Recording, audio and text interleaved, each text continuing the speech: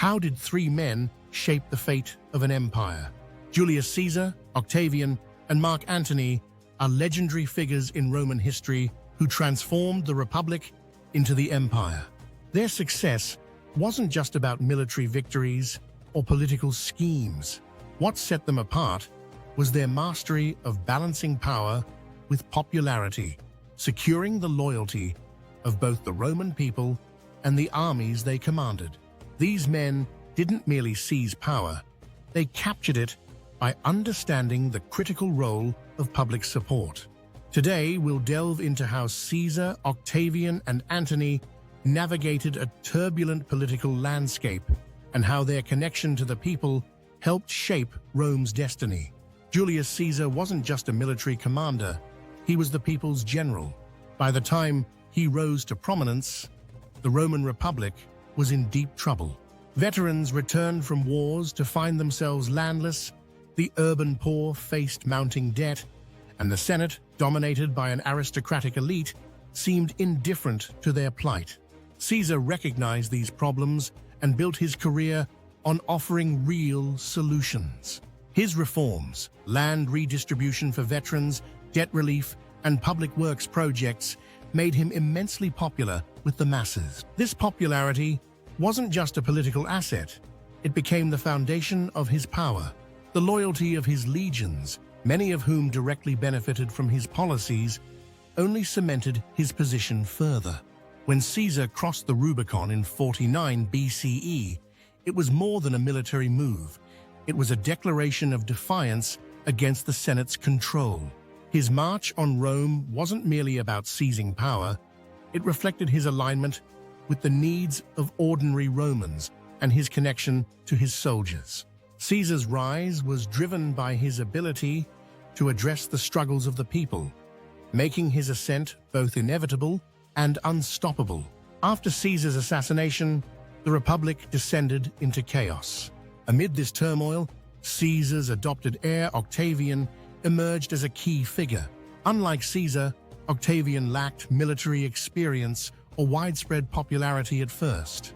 However, what he did have was unmatched political strategy. Octavian skillfully positioned himself as the rightful heir to Caesar's legacy, tapping into the public's reverence for his adoptive father. He used this connection to gain the loyalty of the legions and forge key alliances, including his partnership with Mark Antony and Lepidus in the Second Triumvirate. Octavian's rise was less about battlefield prowess and more about playing the political game to his advantage. By the time Octavian defeated Mark Antony at the Battle of Actium in 31 BCE, he had transformed himself from a relatively unknown figure into Rome's first emperor, Augustus. His ability to balance political strategy with public appeal ensured a reign that lasted for decades, cementing the shift from republic to empire. Octavian's success was rooted in his talent for blending reform with political pragmatism, ensuring he maintained both power and public support. Mark Antony, like Caesar, was a soldier's hero. As one of Caesar's closest allies, Antony built his power on his reputation as a general who fought alongside his troops, earning their loyalty through shared victories and hardships.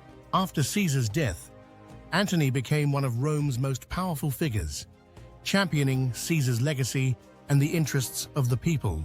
His famous funeral speech for Caesar swayed public opinion against the conspirators, showcasing his ability to connect with the masses and mobilize support. Antony's strength lay in his bond with the legions, which made him a formidable force in Rome's political landscape. However, his alliance with Cleopatra and focus on the eastern provinces began to alienate him from Rome's elite. While his soldiers remained loyal, Octavian's political strategy and propaganda campaign, branding Antony as a traitor, eroded his public support. Antony's eventual defeat at Actium marked the end of his power, but his legacy as a soldier's general remained intact. What connects Caesar, Octavian, and Antony is their shared understanding that power in Rome wasn't just about military strength, it was about popularity. In a society where the support of the masses and the loyalty of the legions were crucial, each of these men used their connection to the people to rise above their rivals. Caesar's reforms made him beloved by the people. Octavian's calculated political maneuvers ensured his long-term rule. Antony's connection with the legions made him a strong contender on the battlefield. But popularity alone wasn't enough. Each of these men had to navigate Rome's ever-shifting political landscape, where alliances were fragile and rivals constantly plotted against them. Caesar's assassination, Antony's defeat, and Octavian's ultimate rise to power demonstrate that popularity needed to be paired with strategic thinking. The ability to balance power and the people's support was the key to their success and ultimately shaped the future of Rome. Together, the legacies of Caesar, Octavian, and Antony stretch beyond their individual achievements. Their actions led to the collapse of the Roman Republic and the birth of the Roman Empire. Caesar's reforms, Octavian's establishment of imperial rule, and Antony's military leadership all played a part in this transformation. These men's ability to win over both the people and the military allowed them to rise above their competitors and shape the course of an empire. In the end, it wasn't just military victories that secured their places in history. It was their deep understanding of how to gain and maintain the loyalty of Rome's most important factions. In conclusion, the transformation of Rome from a republic to an empire was shaped by Julius Caesar, Octavian, and Mark Antony. But their success went beyond sheer military strength. Their rise to power was built on their connection with the Roman people and the loyalty of the legions they commanded. Through reforms, political strategy, and military prowess, these men secured their place in history by mastering the balance between power and popularity. Their legacy reminds us that the fate of a nation often hinges on the ability of its leaders to understand and respond to the will of the people. If you enjoyed this exploration of Roman history, don't forget to like and subscribe for more fascinating stories from the past. Stay tuned as we dive into more tales of power, politics, and the people who shaped the ancient world.